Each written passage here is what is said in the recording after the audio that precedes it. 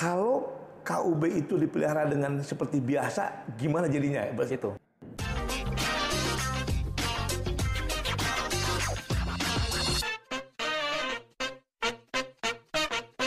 Oke, kembali di Orasi Podcast, obrolan seputar agroinovasi Balai Besar, Pengkajian dan Pengembangan Teknologi Pertanian, Badan Litbang Pertanian. Kali ini saya sama salah satu penyuluh di Balai Besar Pengkajian, Bapak Rene Dani Medio Novianto. Apa kabar Pak Dani? Assalamualaikum. Waalaikumsalam warahmatullahi wabarakatuh. Jadi tamu lagi saya di sini ya? Ya tamu lagi Pak. Mumpung sekarang kan nggak pergi-pergi Pak. Kalau kemarin pergi-pergi, jadi kan susah nyarinya. Ya, Bung, apa nih? Ini kita mau ngomongin apa nih di Orasi ini? Saya kemarin kepikiran salah satu produk inovasi dari Badan Litbang, Pak. Ada yang namanya ayam KUB, ayam kampung unggul Balitbangtan. Kan? Nah, sekarang penyebaran ayam Balitbangtan ini sejauh mana sih, Pak?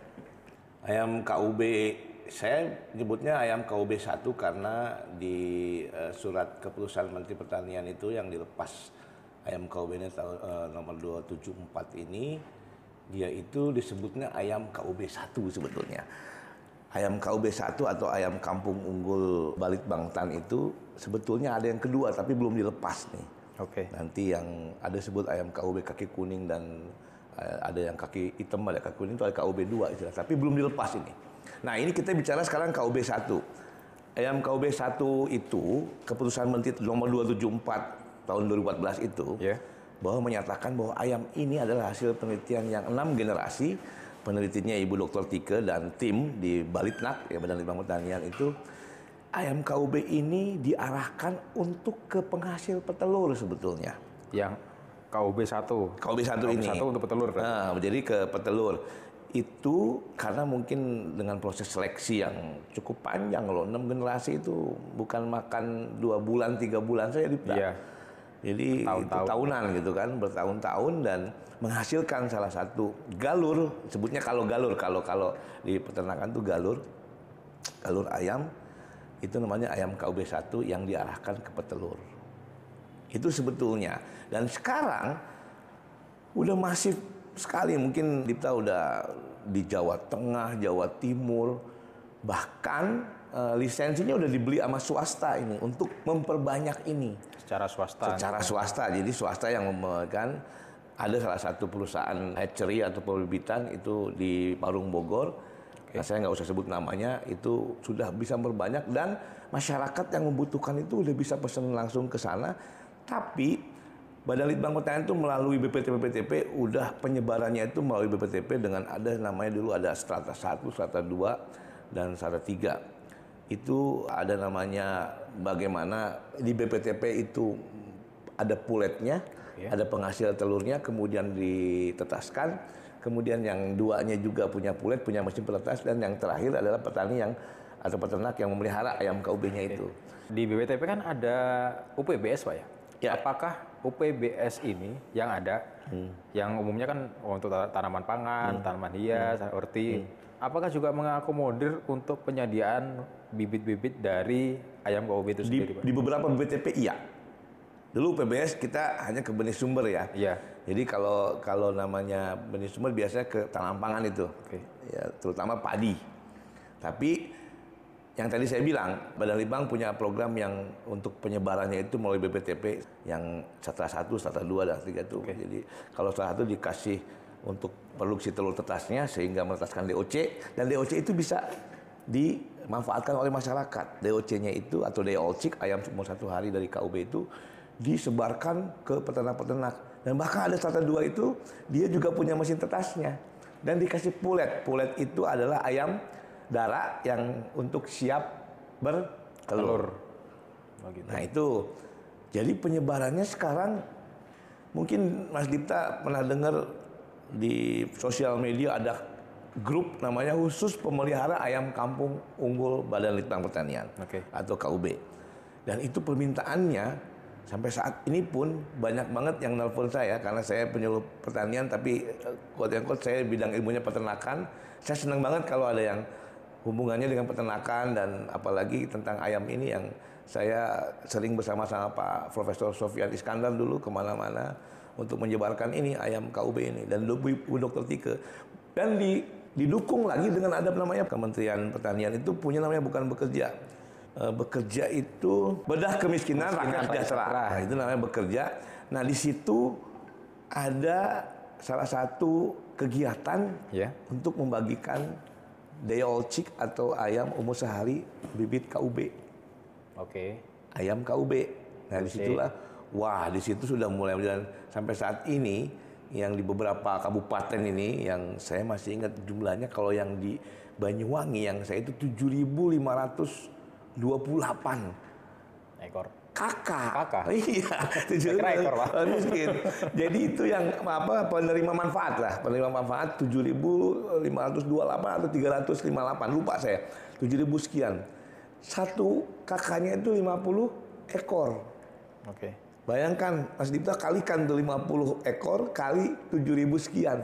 Artinya dari situ kelihatan seriusnya Kementerian Pertanian untuk memasifkan. Itu udah anggap aja yang ya 50%-nya deh yang terus. Masih banyak sekarang udah berkembang. Hanya waktu itu kita menyebarkan itu, kita memfasilitasi semua. Dikasih untuk DOC-nya, DOC. dikasih pakannya juga. Pakannya memang benar-benar pakan yang memang pabrikan ya, artinya pabrikan yang komposisinya yang untuk ituan. Nah, diharapkan setelah kita tidak, itu kan hanya stimulan ya. Iya. Habis itu ayam itu dipelihara memang menurut saya memang harus ya semi intensif lah. Nah, kalau diumbar boleh diumbar tapi dipagar. Dibatasi. Nah, sehingga sifat-sifat tadi KUB itu nanti saya sediakan ada sifat-sifat KUB yang berbeda dengan ayam kampung biasa. Nah, makanya kalau dulu kan saya lebih sering sebelum mendengar KUB, Pak, lebih sering mendengar istilah ayam joper. Joper, oke. Apakah ada hubungan antara kedua ayam ini? Joper itu muncul ketika peternak-peternak ayam kampung yang mencoba-coba menyilangkan ayam ras dan ayam kampung. Dan hasilnya saya tidak tahu juga sampai sekarang masif bahwa dia memang agak besar, dagingnya besar, badannya besar. Tapi karena KUB ini beda, KUB ini ada hasil penelitian yang oleh peneliti-peneliti kita, hasil karya anak bangsa yang melalui tentunya ilmiah, ada ilmiahnya, ada saintifiknya yang bisa menghasilkan galur ini. Joper ini ya mungkin sifat petani dulu mencoba-coba akhirnya dan ini berbeda. Kalau misalnya Mas Dipta tadi pertanyaannya bagaimana nanti untuk enggak, karena joper itu bukan dari hasil penelitian yang dihasilkan oleh Kementerian Pertanian. Tidak ada ya lalu galur pelepasan joper, nggak ada. Cuman udah di masyarakat ini. Kadang-kadang pedagang-pedagang pengumpul yang mencari-cari ayam kampung itu karena untuk di restoran sehingga tapi sekarang sudah banyak loh yang pesan KUB. Ternyata ayam KUB itu karena ayam KUB ini kan bedanya Kelebihannya apa, Pak? Kelebihannya ayam KUB itu dari sifat mengeramnya sudah mungkin tinggal 5% sampai 10% saja. Sehingga dia baru bertelur lagi. Kemudian dari setahun itu bisa menghasilkan satu ekor itu 160 butir. Padahal normalnya ayam kampung berapa? Ayam kampung cuma 50 sampai 60 setahun. Luar biasa. Iya, luar biasa. Jadi 160 bahkan 180. Nah, Dipta, kejadian saya waktu saya bekerja, ya, jadi saya termasuk tim bekerjanya Kementerian Pertanian yang di Badan Litbang. Waktu itu saya di Banyuwangi. Sampai saat ini saya berkontak terus sama si pendamping. Namanya pendamping bekerja itu. Kalau daerah Banyuwangi kan, mohon maaf, di sana ada bagian berapa orang Madura semua dan kebetulan saya juga ada seluruh Madura, jadi sampai saat ini saya berhubungan dengan mereka dengan kontak. Pak Dani, ini masih ada yang bertelur. Waktu itu udah 1 tahun lebih dan bisa menghasilkan masih bertelur terus. Padahal itu tapi udah menurun sih. Iya. Bahkan mungkin lebih dari 180 butir. Bahkan mungkin 200 butir, tapi mungkin lama-lama emang udah menurun. Tapi mereka mungkin puas gitu, kok masih bertelur. Itu yang saya alami dan itu mereka nelpon sendiri. Sekarang di Banyuwangi ada beberapa yang masih jalan terus. Sampai saat ini dia masih, Kang ini saya masih terus loh. Cuman memang mungkin ada yang, karena waktu itu kita endingnya bekerja itu dikasih mesin tetas di beberapa tempat. Dan mereka menetaskan. Mereka udah tahu kok dikasih ilmunya. Ya kalau dilepas, mungkin pasti Mas Dipta bertanya, pertanyaannya begini, masih ada pertanyaan Mas Dipta. Kalau KUB itu dipelihara dengan seperti biasa, gimana jadinya? Itu. Ya kan? Karena normalnya kan namanya ayam kampung lah Pak. Akhirnya orang yang memperlakukannya layaknya ayam kampung. Ya udah dilepas, jadi lepas sendiri, nanti malamnya baru kembali ke kandang. Dan tahu-tahu udah gede gitu. Tanpa kita kasih pakan buatan, itu, kita treatment terus sendiri. Kalau itu saya yakin, karena saya juga orang peternakan, itu pasti akan menjadi kampung biasa lagi. Oke. Tapi tetap namanya terahnya itu yang udah strain, kalau istilahnya strainnya atau galur ya, yang baru. Jadi kalau misalnya saya memperhatikan ayam KUB ini memang harus dipelihara dengan semi intensif karena kita punya tujuan pemeliharaan. Kecuali kalau orang yang tidak punya tujuan pemeliharaan ayam kampung, udah biasa aja. Berarti dia kan nggak tujuan. Setuju. Kalau ayam KUB ini emang dipelihara untuk tujuannya petelur, yang bisa menghasilkan telur, kemudian juga bisa ada yang mungkin ditetaskan itu untuk DOC atau yang lain. Jadi pemeliharaannya dari pakannya juga. Kalau petelur kan berarti kita membutuhkan pakan yang membutuhkan protein yang tinggi. Nah, makanya waktu kita membagikan ayam dan untuk program bekerja itu, kita tidak hanya membagikan saja, terus kita pulang. Enggak. Kita kasih edukasi mereka. Bagaimana melihara ayam kampung KUB ini. Bagaimana nanti kalau misalnya kontribusi atau fasilitasi pakannya udah berhenti, bukan tidak kasih lagi. Jadi kita kasih begini cara membuat pakannya. Cara menyusun ransum pakan yang sederhana seperti ini, gunakan potensi yang lokal yang ada. Misalnya kalau misalnya protein dari bungkil kelapa atau bungkil kedelai, kalau nggak ada penggantinya yang ada di sana apa? Kita udah edukasi begitu. Dan sampai saat ini yang di Banyuwangi yang sering itu dia membuat pakan sendiri. Bahkan dari daun-daunan. Kan dulu kan ada kejadian, kenapa ayamnya belakangnya kok digundul semua Pak Dani? Karena itu memang satu pakan kurang dan sifat kanibal untuk matok itu muncul karena satu, ayam kampung itu emang tidak bisa dipelihara benar-benar intensif di kandang, enggak. Harus ada pembarannya harus ada. Pembarannya tapi di pagar. Itu yang saya alami Mas Dipta. Malah itu lebih sehat. Terus kita kasih daun-daunan karena sifat ayam kampung tuh matok-matok daun-daunan. Mau dikasih daun pepaya jadi sehat. Karena jadi sifatnya juga omnivora. Iya. Itu yang nggak bisa dilepaskan. Pasti. Terus kemudian misalnya dia pakai kerikil, kasih misalnya dengan tepung ada kerang, ada dihancurin tuh buat mineralnya. Saya ajar begitu sama teman-teman yang itu. Dan saya mengikutin, nggak usah pabrik lagi. Dia udah punya dedak terus dicampur. Ada jagung misalnya, sumber energinya. Kemudian berproteinnya ada bungkil-bungkilan tadi. Di desa malah banyak kan? Tentunya lebih banyak. Itu kedua yang potensi lokal. Yang untuk habis bikin tempe itu bisa dikasih. Bahkan dia kalau mau pesan ke BPTP Jatim. Sekarang udah dengan Ibu Asih kan udah kenal yang pengelola ayam KUB yang di BPTP Jatim. Wah, pesanannya udah banyak banget. Bahkan teman-teman saya yang di Jawa Timur kalau nelpon saya BPTP udah nggak ke yang swasta lagi karena BPTP dikasih kepercayaan, dikasih mandat untuk memproduksi DOC. Itu tugas kita menghilirisasikan teknologi hasil inovasi badan. Betul. Itu yang paling. Dari tadi disebutkan bahwa ayam ini dilepas tahun 2014 Pak. Sekarang sudah hampir 7 tahun. Apakah dari teman-teman yang di lapangan, pengalaman teman-teman yang ada di lapangan, terutama Bapak yang tergabung dalam komunitas juga, apakah sifat-sifat atau keunggulan yang digadang-gadangkan di awal tetap sustain sampai sekarang Pak, ayam KUB itu? Sampai saat ini selama pemeliharaannya yang saya bilang tadi, tetap. Karena dia makin kesini makin banyak yang mesen, artinya apa? Orang tahu gitu, hasilnya lumayan ini, artinya ada gitu loh. Dan ternyata mungkin ayam KUB ini di samping dia petelur, dia tuh ada ketika bekerja dulu itu, Mas Dipta, itu sudah tercampur dengan sensi. Nanti kita bicara sensi 1 Agrinak. Itu ayam unggul Badan Litbang yang diberi nama sensi 1 Agrinak, itu arahnya ke pedaging. Ketika kita bekerja dulu, yang program kerja, itu kan memang ada dipercaya satu perusahaan dipercaya untuk memproduksi DOC-nya dan dibagikan ke itu. Saking banyaknya mungkin ada beberapa ayam sensi masuk di situ. Orang taunya ini ayam kampung unggul Badan Litbang, tapi yang ada untuk pedaging, ada untuk petelur. Itu udah tercampur dan sampai saat ini ada yang mungkin sudah nyilang dengan ada namanya sensi, bahkan ada yang bilang ini udah sekup ini sensi dan KUB karena baru begitu, lagi ya.